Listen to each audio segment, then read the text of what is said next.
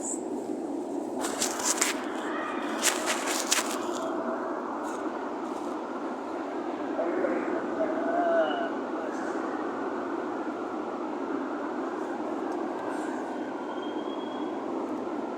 عليكم ورحمة الله وبركاته. نحمده ونصلي على رسول الكريم. أما بعد فقد قال الله تعالى في كلامه المجيد وفرقانه الحميد. فأعوذ بالله من الشيطان الرجيم. بسم الله الرحمن الرحيم.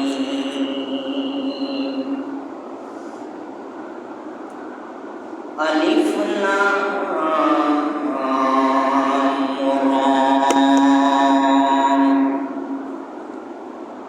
تلك آيات الكتاب المبين. إنا أنزلناه قرآنا عربيا. وقال النبي صلى الله عليه وسلم: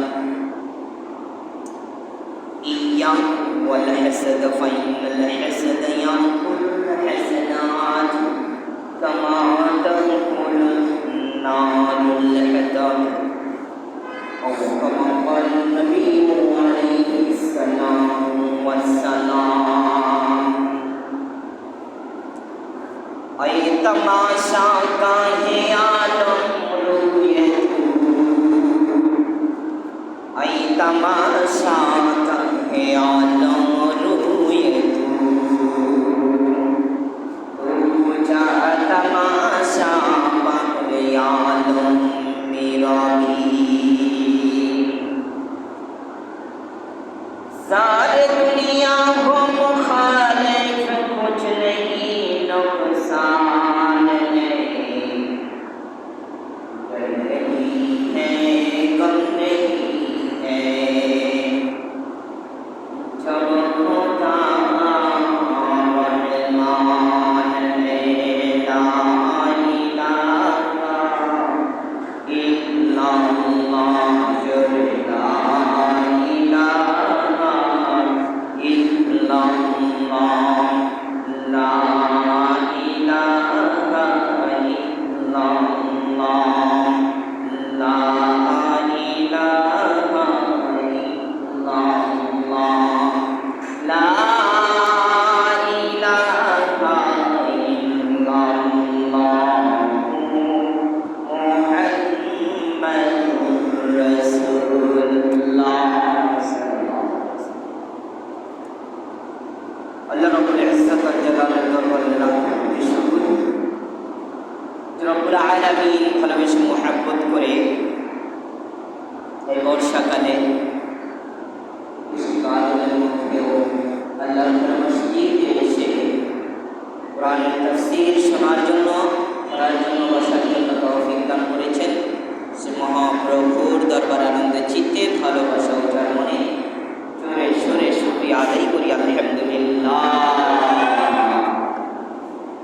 বিশ্ব নবী রাহমাতুল লিল আলামিন, যে নবী উম্মতের কান্ডারি করেছেন, যে মহামানবকে কিয়ামত পর্যন্ত আয়ালা উম্মতের নবী হিসাবে প্রেরণ করেছেন, যে মহামানবকে আদম সৃষ্টি থেকে কোরআন নাজিল পর্যন্ত সমস্ত ইতিহাসের জ্ঞান দান করেছেন, সে মহামানবের রোজা মুবারকে মুহাব্বতের সহিত দরুদ প্রেরণ করে সাল্লাল্লাহু আলাইহি ওয়াসাল্লাম। সম্মানিত সুধী, আমাদের ধারাবাহিক আলোচনা ছিল সূরাতুল ইউসুফ থেকে। সূরাতুল ইউসুফের তাফসীর এবং সূরাতুল ইখলাসের কিঞ্চিত আলোকপাত করেছিলাম গত জুমায়। বলেছিলাম 12 নম্বর পারার 12 নম্বর সূরা এবং নবী কেন্দ্রিক ইতিহাস যেই সূরা,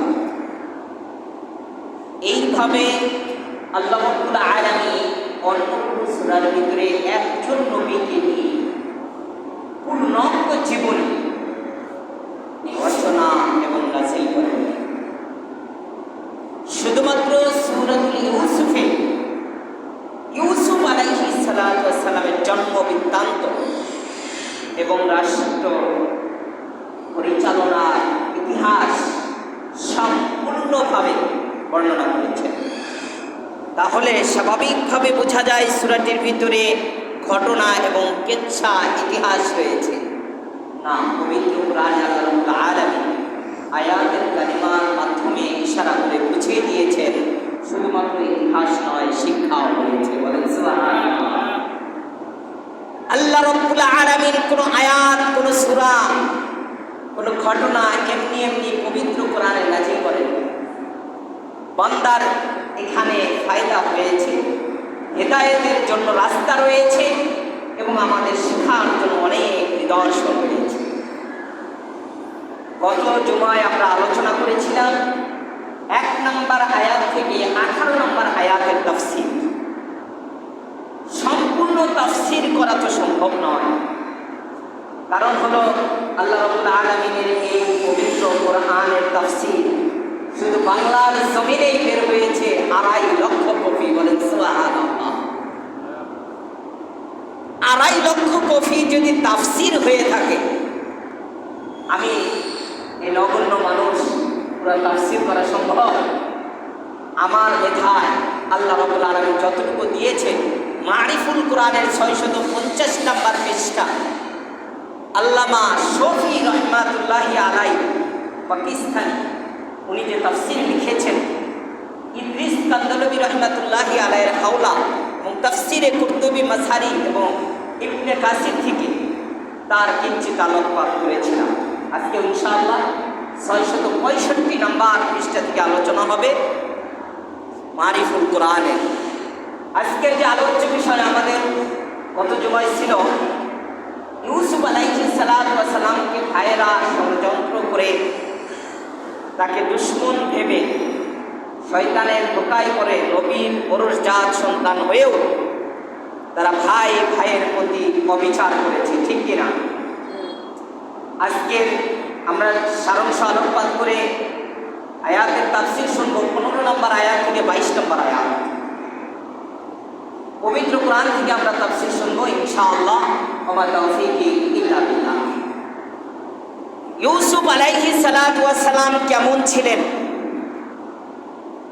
তিরমিজির একটি হাদিস শরীফের মধ্যে নবীজি সাল্লাল্লাহু আলাইহি সাল্লাম যখন হিজরত করেন, হিজরত থেকে নবীজি সাল্লাল্লাহু আলাইহি ওয়াসাল্লাম যখন মেরাজে গমন করেন, গমন করার পর যখন পৃথিবীর জমিনে আগমন করেন, সাহাবারা জিজ্ঞাসা করেছিল, ইয়া রাসূলুল্লাহ, আপনার সাথে উর্দু গমনে কোন নবীদের সাক্ষাৎ হয়েছে? ইউসুফ আলাইহিস সালাতু ওয়াস সালাম সহ সমস্ত নবীর বর্ণনা দিয়েছেন। পরিশেষে নবীজি সাল্লাল্লাহু আলাইহি ওয়াসাল্লাম বলেছিলেন যে আমার মনে হয়েছিল যখন আমার ভাই ইউসুফের সাথে আমার দেখা হয়ে যায়, তখন আমি ভেবেছিলাম যে পৃথিবীর সমস্ত সৌন্দর্যের এক অংশ সৌন্দর্য আল্লাহ রাব্বুল আলামিন সম্ভাবনা ইউসুফ আমার ভাইকে দান করেছেন। বলেন সুবহানাল্লাহ। নবীজি বর্ণনা করেছিলেন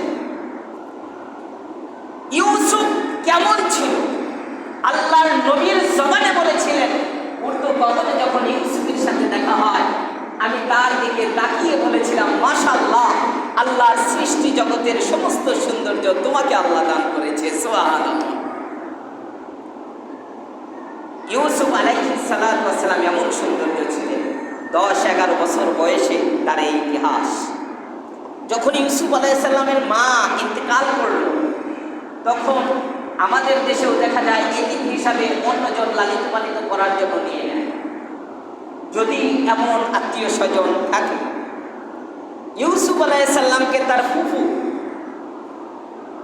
ইয়াকুব আলাইহিস সালাতু ওয়াস সালামের বোন আবদার জানিয়ে বলল, ভাই, আপনি যদি আপনার এই ছেলেটাকে, আপনার ছোট কিছু ছেলে একেবারে দুধের বাচ্চা বাচ্চা বিনিয়ামিন এবং ইউসুফকে আমাকে দেয়, আমি সযত্নে লালিত পালিত করবো। কারণটা হলো আমার সন্তান। তার ফুফু আবদার জানানোর পর ইয়াকুব আলাইহিস সালাতু ওয়াস সালাম চিন্তা করলেন, আমারও সন্তান আরো 11 জন রয়েছে, মেয়ে সহ।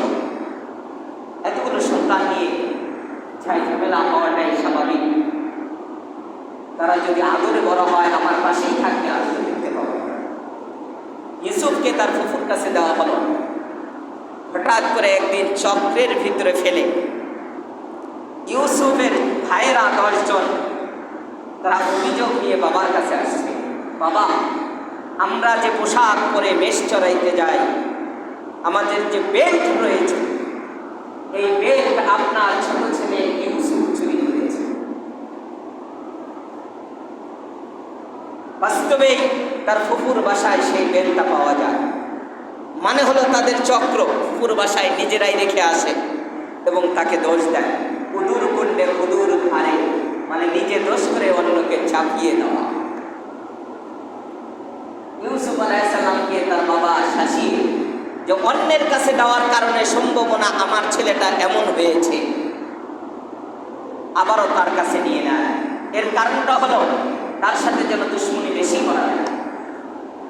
তাহলে এখানে মনে রাখার বিষয় হলো ইউসুফ চোর। মনে রাখবেন, ইউসুফ চোর ভাইদের নজরে, ভাইদের নজরে ইউসুফ চোর। এটা আমাদের মনে রাখতে হবে, ইতিহাসে আসবে এই জন্য। এরপরে যখন ইউসুফকে নিয়ে তারা একের পর এক নির্যাতন করে বলেছিল, তোমার সেই 10 তারকাকে নিয়ে আসো,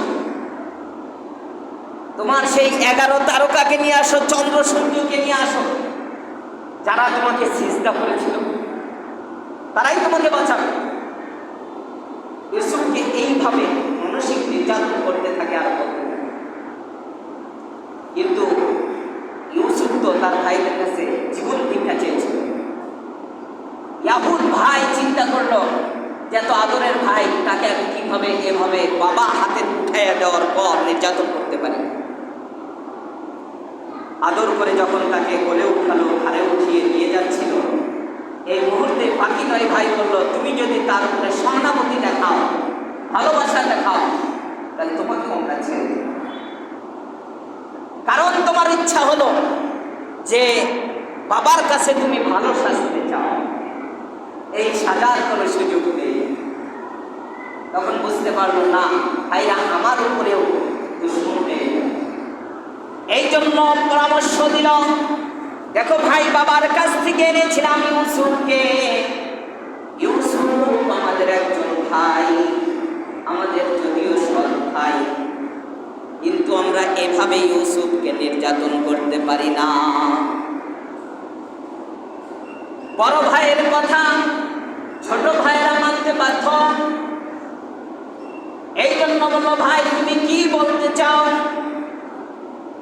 ইয়াহুদা ডাক দিয়ে বলল, শোনো, ইউসুফকে এভাবে মারা যাবে না। ইউসুফকে যদি আমরা কোনো জঙ্গলের ভিতরে ফেলে আসি অথবা কোনো অন্ধকার কূপের মধ্যে যদি নিক্ষেপ করি, তাহলে ইউসুফ আমাদের থেকে দূরে চলে যাবে।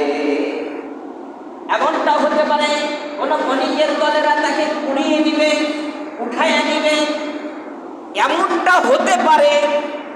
যখনই বড় ভাই বলেছে এমনটা হতে পারে, আল্লাহর পছন্দ হয়েছে না, অবশ্যই আমি ইউসুফকে হেফাজতের জন্য বণিকের দলকেই নির্বাচিত করেছি। বলে সুবহানাল্লাহ। এদিকে স্বপ্নে দেখেছিল বাবা 10টি নেকড়ে বাঘ তাকে হামলা করেছে। স্বপ্নের ব্যাখ্যা ছিল তার ভাইয়েরা।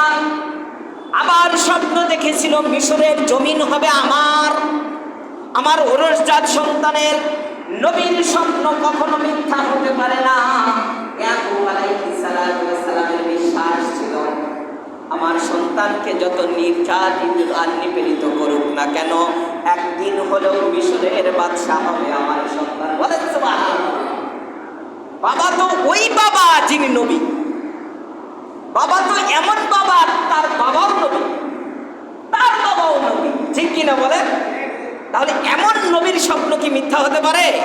না, হতে পারে না।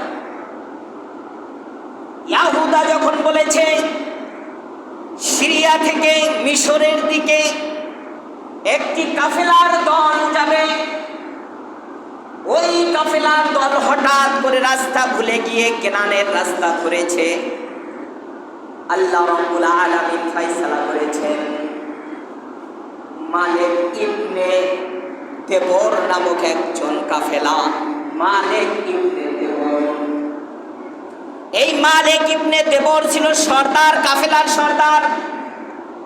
ইহুদি ছিল, দেবকের অধিবাসী ছিল, মিশরের পদদেশ দেবক।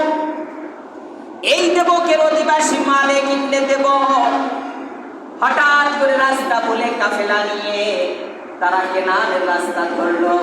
এই রাস্তা দিয়ে আসতে আসতে হঠাৎ করে দেখে যে আমাদের রাত্রি ঘনিয়ে আসছে, যাওয়ার সুযোগ নাই। কাফেলা থামিয়ে দিল, তাবু স্থাপন করলো। স্থাপন করার পর বলল, দেখো আমাদের সৃষ্টিকর্তা আমাদের রাস্তা ভুলিয়ে দিয়েছেন। তারা তো রব হিসাবে স্বীকার করে নাই, আমাদের সৃষ্টিকর্তা আমাদের রাস্তা ভুলিয়ে দিয়েছেন। নিশ্চয়ই কোনো রহস্য রয়েছে, নিশ্চয়ই কোনো রহস্য রয়েছে। এর কারণটা কি? সেই যুগের যারা পণ্ডিত ছিল তারা তারকা গণনা করতো, তারা অনেক হিসাব নিকাশ করে চলত। রাস্তায় বিপদ কেন এটাও তারা গণনা করত। নিশ্চয়ই সৃষ্টিকর্তার কোনো এখানে হিকমত রয়েছে। এখন তাদের কাফেলায় দেখে পানি নাই, এটাই সবচেয়ে বড় হিকমত। পানি নাই, তাহলে নিশ্চয়ই পানি খুঁজতে হবে আমাদের। এখানে রাত্রি যাপনের জন্য আমাদের পানির প্রয়োজন রয়েছে। এই জন্য চতুর্পাশে তারা পানি খুঁজতেছিল যে কোনো অন্ধকার কূপ দেখা যায় কিনা, সেখানে আমরা পানি সংরক্ষণ করব। তাদের মুকাদ্দামাতুল জাইশ আরবিতে বলা হয়, মানে অগ্রিম একটি দল, এবং এইরকম বিশ্রামের জন্য খুঁজে পাওয়ার জন্য একটি পানির সন্ধানকারী দল উনি নির্বাচিত করলেন। যাও দেখো এই কেনানের বুকে কোনো জায়গায় কূপ আছে কিনা। এ পর্যন্ত স্মরণ রাখবেন, এরপর ইতিহাসে আবার আসবে। এখন চিন্তা করলেন আমার ভাইকে তো হত্যা করা যাবে না, নিশ্চয়ই কোনো কূপে ফেলে দিতে হবে। এদিকে বাবা বলেছে যে আমার সন্তানকে বাগে যেন না খায়, সুতরাং এই ফন্দি আট করে আমরা ইউসুফকে শেষ করে দেব। বাবাই বলেছে ওইটাই বলবো বাবাকে আমরা। এই জন্য তারা পরামর্শ করে তাকে নিয়ে রওনা করলেন। বাবা দাও সন্তানকে, আমাদের কি বিশ্বাস হয় না? আমাদের প্রতি আপনার কি বিশ্বাস নাই যে আমরা ইউসুফকে কষ্ট দেব না? এই বিশ্বাস কি আপনার নাই? নানানভাবে কাকুতি মিনতি করে ইয়াকুব আলাইহিস সালাম থেকে সন্তান নিলেন। নেওয়ার পরে নির্যাতন করে তারা যখন আড়াল হয়ে গেলেন, এরপরে আল্লাহ রাব্বুল আলামিন পবিত্র কোরআনে ভাষায় বলেন,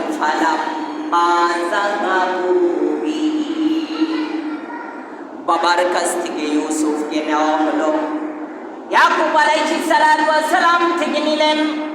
নেওয়ার পর তারা রওনা করলেন ইউসুফকে সাথে নিয়ে। ইউসুফকে তো অনেক কষ্ট দিলেন, কষ্ট দেওয়ার পরে আবুদার পরামর্শ মেনে নিলেন। সবাই মিলে পরামর্শে বসে গেলেন কি করা যায় ইউসুফকে। এক পর্যায়ে তাদের সিদ্ধান্ত চলে আসলো, তাকে কোনো এক অন্ধকার কূপের মধ্যে, জঙ্গলিময় কূপের মধ্যে নিক্ষেপ করা হোক। মুসলমান ভাইরা আমার, এতদিন শুনেছেন বিভিন্ন ভাবে পবিত্র কোরআন থেকে তাফসীর সরাসরি। আল্লাহ রাব্বুল আলামিন বলেন তারা পরামর্শ যখন এক হয়ে গেল ইউসুফকে নিয়ে কূপে ফেলাবেন, এই মুহূর্তে ইউসুফ ভাইদের পা ছড়িয়ে ধরল। ধরার পর বলল, ভাই আপনি আমাকে জানে মারবেন না, আপনি যদি চান তাহলে আপনি কোনো জঙ্গলে ফেলে আসেন অথবা কোনো ভূমিতে রেখে আসেন, কোনো দিন আমি কেনানের বুকে আসবো না। মানে না ভাইয়েরা, ইউসুফ পরিশেষে বলল, আপনারা যদি চান তাহলে কোনো বণিকের দলের কাছে আমাকে বিক্রি করতে পারেন। এখানে প্রশ্ন হলো, ইউসুফ নিজেই বলেছে বণিকের দলের কাছে বিক্রি করতে, নিশ্চয়ই সে গোলাম দাবি করেছে, ঠিক কিনা? এর কারণটা হলো ইউসুফ আলাইহিস সালাম একদিন আয়নার সামনে দাঁড়িয়ে নিজের চেহারাটা দেখলেন। তার বাবাও মুস্কি মুস্কি হাসে, হাসার পর বলে, আমার ইউসুফ কত সুন্দর, যদি ইউসুফ গোলাম হয় সম্ভাবনা তাকে কেউ ক্রয় করতে পারবে না। বুঝে আসছে কথা? বুঝতে হবে, ঘটনা বুঝতে হবে কোথায় থেকে আসছে। ইউসুফ আয়নায় চেহারা দেখতেছে, তার বাবাই বলতেছে যে আমার ইউসুফ যদি গোলাম হইতো মনে হয় কেউ কিনতে পারত। আল্লাহ রব্বুল আলামিনের দরবারে নবীদের ছোট্ট থেকে ছোট্ট অহংকার আসবে এমন কোনো কথা পছন্দ করতেন না। শুধরায় নিতেন, বলেন সুবহানাল্লাহ। এই কথা আল্লাহর দরবারে পছন্দ হয়নি, কারণ একজন নবী আবার ভবিষ্যৎ নবী ইউসুফ। ইউসুফের ব্যাপারে এই কথাটা আল্লাহর জন্য, আল্লাহর কাছে মনোনীত হয় নাই। এই জন্য আল্লাহ সঙ্গে সঙ্গে বললেন যে একদিন আমি ইউসুফকে গোলাম হিসাবে বিক্রি করে দেব। বলেন না সুবহানাল্লাহ। এটা আল্লাহর হিকমত।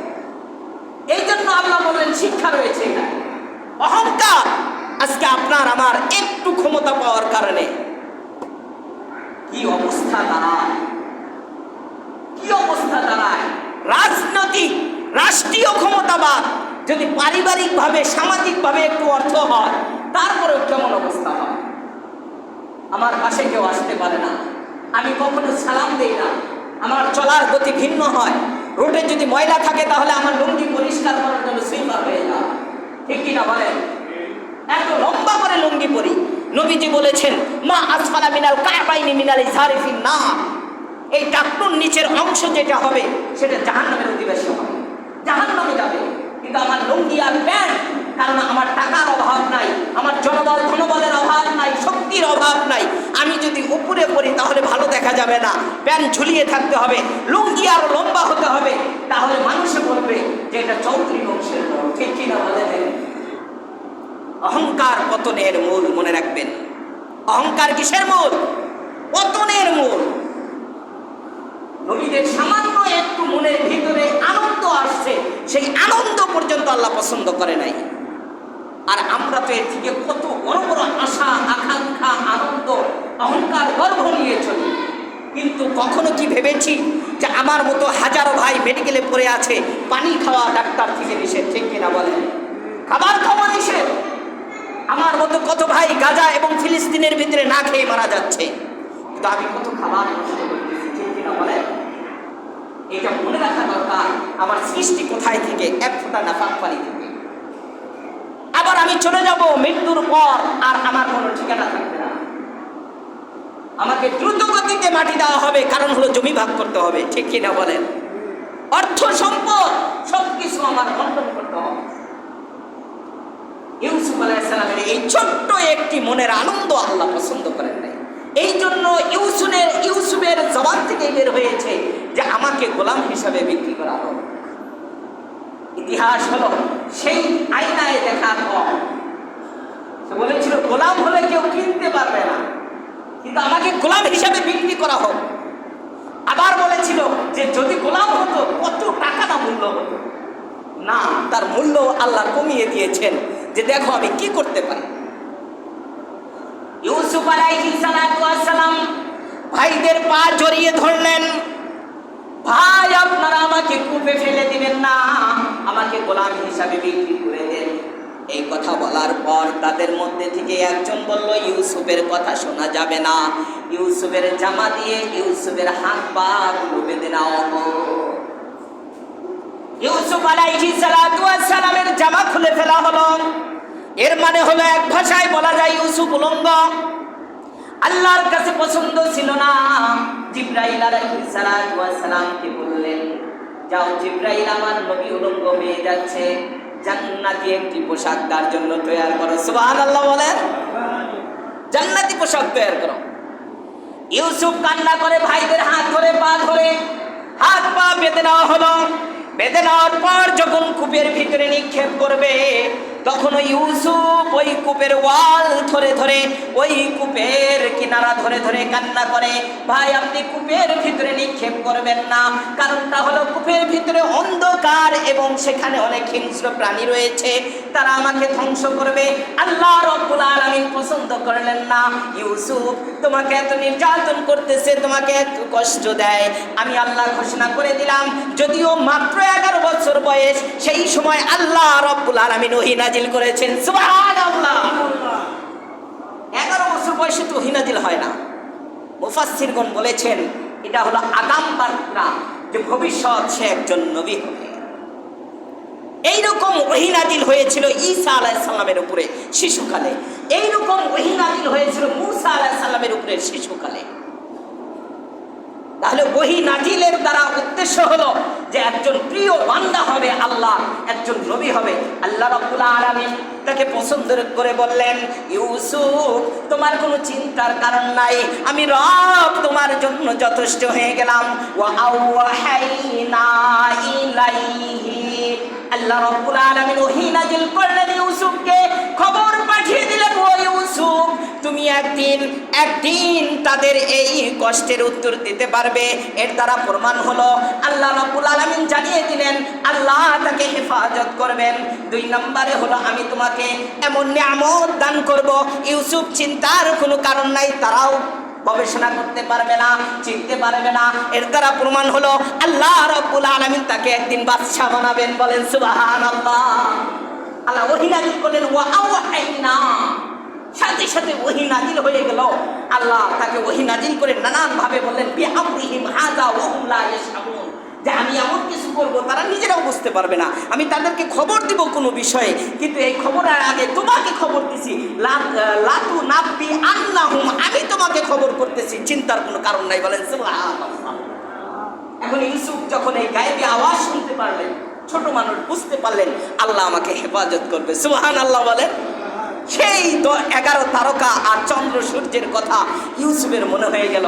এরপরেও তো মানুষ কিনা বলেন, মানুষ তো এই জন্য ভয় পাইতে পারে।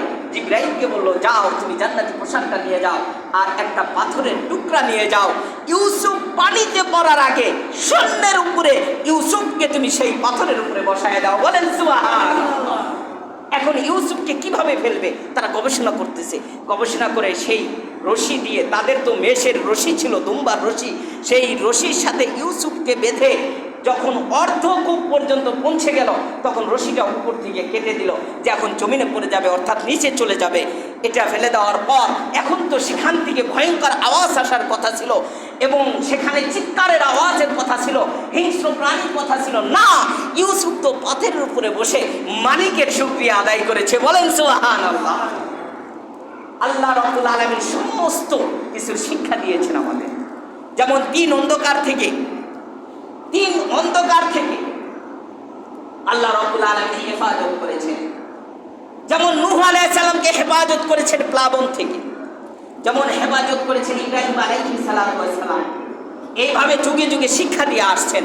40 দিন এর মধ্যে আমি পরিবর্তন করিয়ে দিই। ইউসুফ আলাইহিস সালামকে সেই কূপের মধ্যে নিক্ষেপ করার পর বলল, মাত্র 3 দিন এখানে অবস্থান করতে হবে, টেনশনের কোনো কারণ নাই, দুনিয়ার রিজিকও এখানে আসবে, আসমানের রিজিকও আমি পৌঁছিয়ে দেবো। বলেন সুবহানাল্লাহ। 2টা রিজিক। কয়টা রিজিক? 2টা। একটা হলো দুনিয়ার রিজিক, আবার আসমানের রিজিক। আপনি যদি আল্লাহর হয়ে যান, আল্লাহ কার হয়ে যাবে? আপনার হয়ে যাবে। আল্লাহ সব কিছুর ফায়সালা করবে। আমরা কথায় কথায় বলি আমার পিঠ থেকে গিয়েছে, বলি কিনা বলেন? আমার সাথে একটু উত্তর করেন। এমন ভাষা আসে কিনা? যে কোনো ক্ষেত্রে আমরা এখন বলি যে আমার পিঠ থেকে গিয়েছে ওয়ালের সাথে। আচ্ছা বলুন, আসমানের কোনো ওয়াল আছে? কথা বলুন আমার সাথে, ওয়াল আছে? সব পিঠ ঠেকার পর সবচেয়ে বড় যে ওয়াল, সেই ওয়ালে পিঠ ঠেকাবেন আপনি।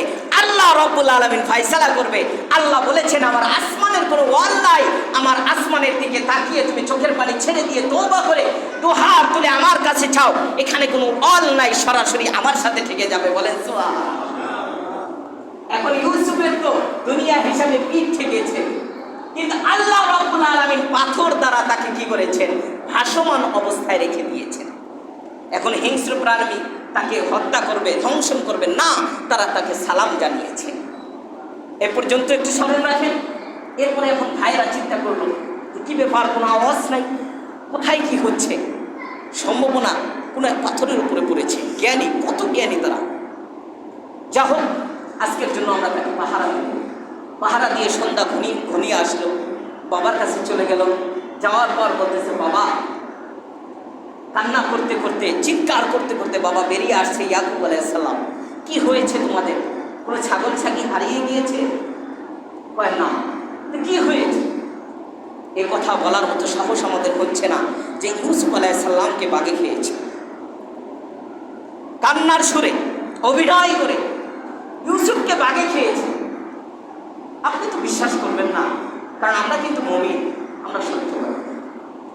এই কথাগুলো যারা আগে বলে আপনার বুঝে নিতে হবে তাদের ভিতরে ঝামেলা রয়েছে।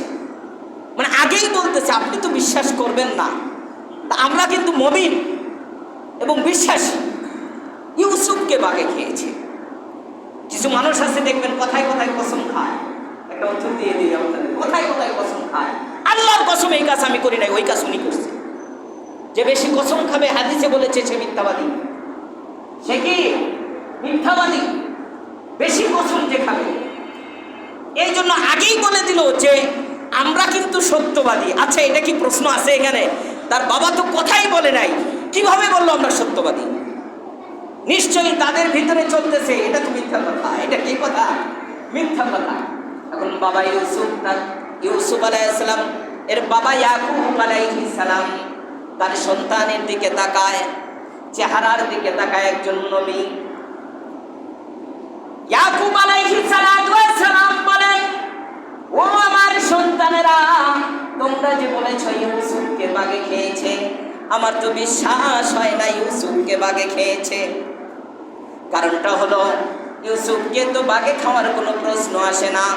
10 ভাই মিলে বাবার কাছে বলল, বাবা, আমরা যখন ঘোড়া খেলাইতে গিয়েছিলাম, আমরা যখন দৌড় খেলাইতে গিয়েছিলাম, জামাগুলো ইউসুফ ছোট ভাইকে বলেছি তুমি তো খেলাইতে পারবে না, পাহারা দাও।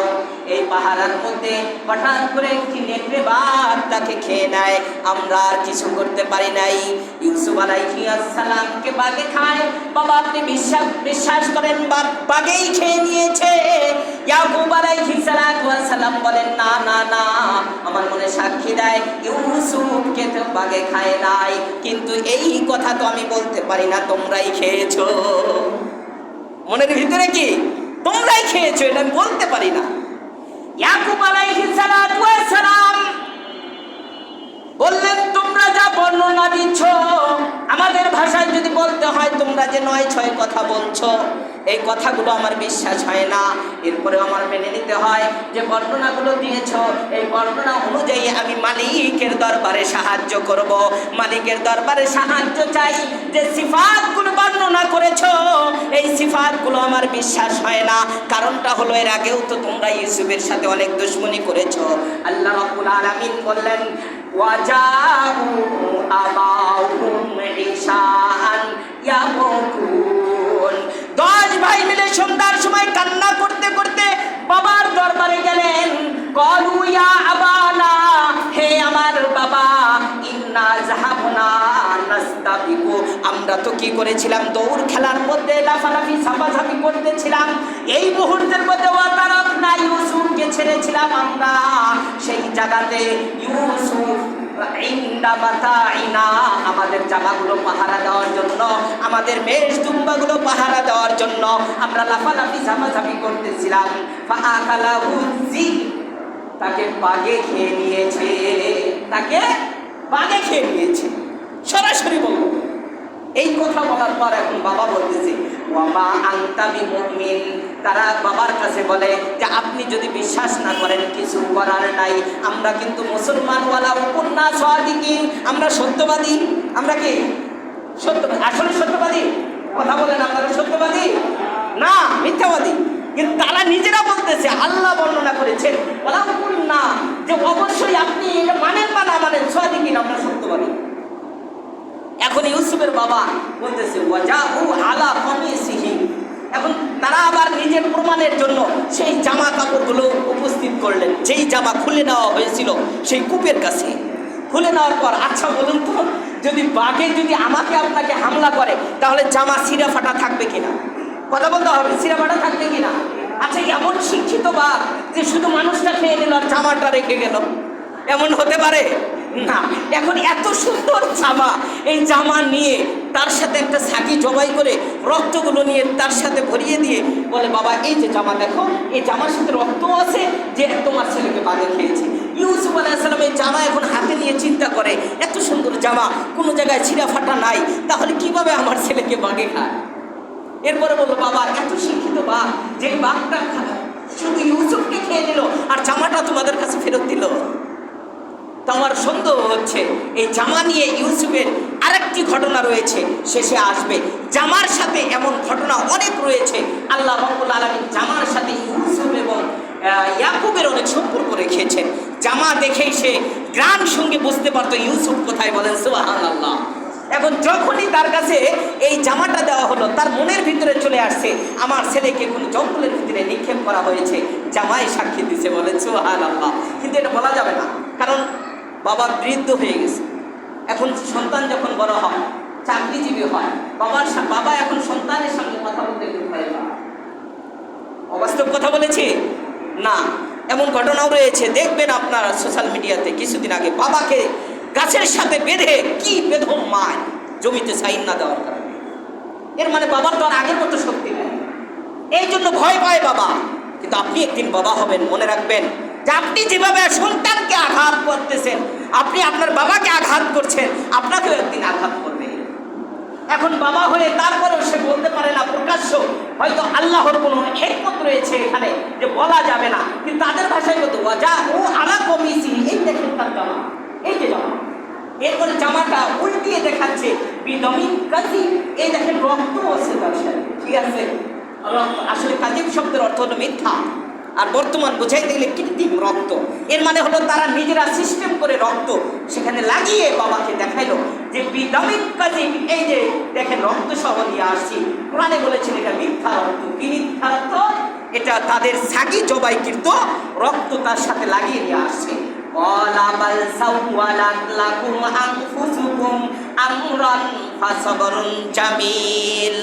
বাবা বলল ইউসুফের ব্যাপারে তোমরা যে সমস্ত কথা বলো, এই কথাগুলো আমার বিশ্বাস হচ্ছে না। প্রশ্ন উত্তরগুলো মনে হচ্ছে নিজেরা বানিয়ে কথা বলতেছ।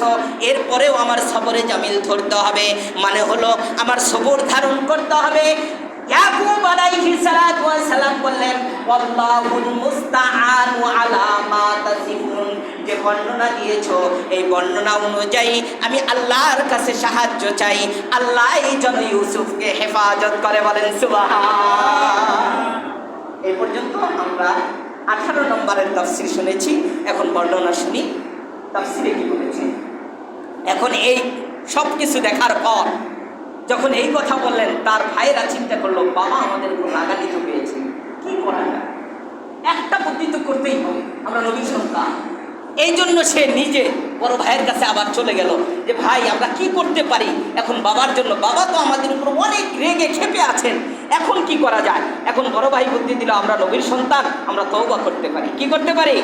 তওবা করতে পারি, এবং বাবার কাছে গিয়ে হাত পা ধরে আমরা মাফ দিতে পারি, আল্লাহ হয়তো মাফ করে দেবেন।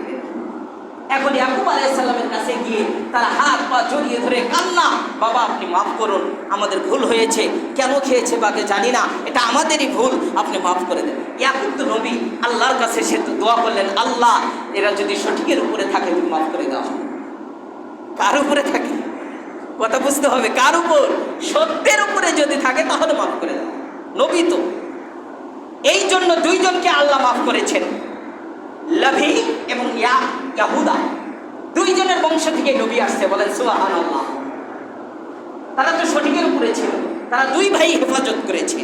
এই জন্য এখন মাফ করার পর চিন্তা করলো বাবা তো এখন ভুলে গেছে, এখন কি করা যায় ইউসুফকে? সন্ধ্যাবেলা আবার সকালবেলা যাওয়ার পর নিচের দিক তাকানোর পর দেখে ইউসুফের চেহারা দেখা যায়, সুবহানাল্লাহ বলেন। এখন আবার চিন্তায় পড়ে গেল, কি ব্যাপার, ইউসুফ তো আছেই, একে নিয়ে আমরা ব্যবসা করতে পারি। এখন বড় ভাই বলতেছে কালকে থেকে আজকে পর্যন্ত এখনো খাবার খায় নাই, খাবার দিতে পারি, এই জন্য একটা রুটি সেখানে রশি বেঁধে আবার ছেড়ে দিল। দেখেন কাফের হইলেও কেমন ছিল, বেদিন হইলেও কেমন ছিল, জালেম হইলেও কেমন ছিল তারা, আমাদের অবস্থাটা কেমন? রুটি পাওয়ার পর এখন যদি রুটি না খায়, না ধরে, তাহলে তো সন্দেহ হবে। এজন্য আল্লাহর ফায়সালা হলো এই রুটিটা তোমার খাইতে হবে। এরপরে আসমান থেকে জিবরাইল আলাইহিস সালাতু ওয়াস সালাম জান্নাতি খাবার নিয়ে আসেন, এটাও ইউসুফ আলাইহিস সালাম ভোগ করেন। এভাবে 3 দিন, এভাবে কয়দিন, সংক্ষিপ্ত বলতেছি ইতিহাস। 3 দিনের দিন ইয়াকুবটা গেলেন আবার দেখার জন্য যে কোথায় আমার ভাই ইউসুফ। এখন রশি যখন রুটি নিয়ে ছেড়ে দিলেন, এই রুটি আর কেউ রিসিভ করে না। কারণটা কি? নিশ্চয়ই এখানে ইউসুফ নাই। ইউসুফ এখান থেকে যে কোনোভাবে উঠে জঙ্গলে পালিয়েছে, আর যদি পালায় আবার বাবার কাছে চলে যাবে, আমাদের সব গোপন তথ্য ফ্লাশ হয়ে যাবে, ঠিক কিনা বলেন? এই জন্য তার ভাইদের কাছে যা বললো যে এই অবস্থা, তাড়াতাড়ি এই কেনানের জঙ্গল খুঁজতে থাকো, কোথায় ইউসুফ আছে। আর খুঁজতে খুঁজতে আসলে কি ইউসুফ একা উঠেছে? না, সেই কেনানের বণিকের দল মালিক ইবনে দেবর, সে এখন আসছে পানি নেওয়ার জন্য। পানি খুঁজতে খুঁজতে এই অন্ধকার কূপে চলে আসছে। যখন বালতিটা নেমে দিল, নেমে দেওয়ার সাথে সাথে আল্লাহর আদেশ হয়ে গেল, তুমি বালতি এখানে উঠে বসো। কারণটা হলো যে এখানে উঠলেই তোমাকে তারা সেখানে পৌঁছিয়ে দিবে যেখানকার তুমি সরকার এবং বাদশাহ হবে। বলেন সুবহান। এখানে আরেকটি হেকমত বলি যে নিজেরও চেষ্টা করতে হবে, হবে কিনা বলেন?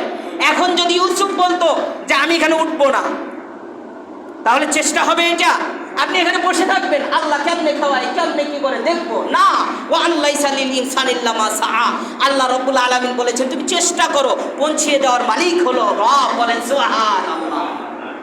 এখন ইউসুফ রশিতে বসে গেলেন, বালতি উঠলো, উঠার পর এখন মালিক ইবনে দেব এটা দেখার পর মানুষ হিসাবে পানির জন্য উঠাইলেন বালতি।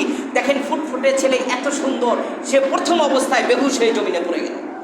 পড়ে যাওয়ার পর তার সঙ্গীরা এসে যখন জ্ঞান ফেরানোর পর জিজ্ঞাসা করলেন কি হয়েছে, ভাই এই ঘটনা তো আমাদের মনে হয় কপাল খুলেছে, সারা জীবন আর ব্যবসা করতে হবে না, এত সুন্দর একটা ছেলে পেয়েছি, এটাকে আমরা বিক্রি করবো।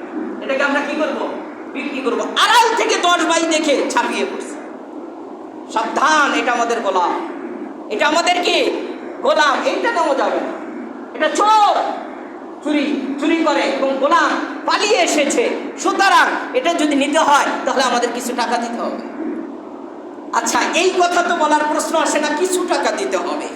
বোঝা গেল তার ভাই তাদের কাছে দুশমন, কোনো প্রকার মূল্য নাই, চলে গেলে বাঁচিয়া, ঠিক কিনা বলেন? এই জন্য এখন তারা বললো যদি আমরা কিনে না নেই, ক্রয় বিক্রয়ে না আসি, তাহলে তো আমাদের চোরকে নেওয়ার সাব্যস্ত করবে এবং আমাদের এই দরটাকে তারা আটকিয়ে দিবে। এই জন্য সুতরাং কত টাকা নেবে?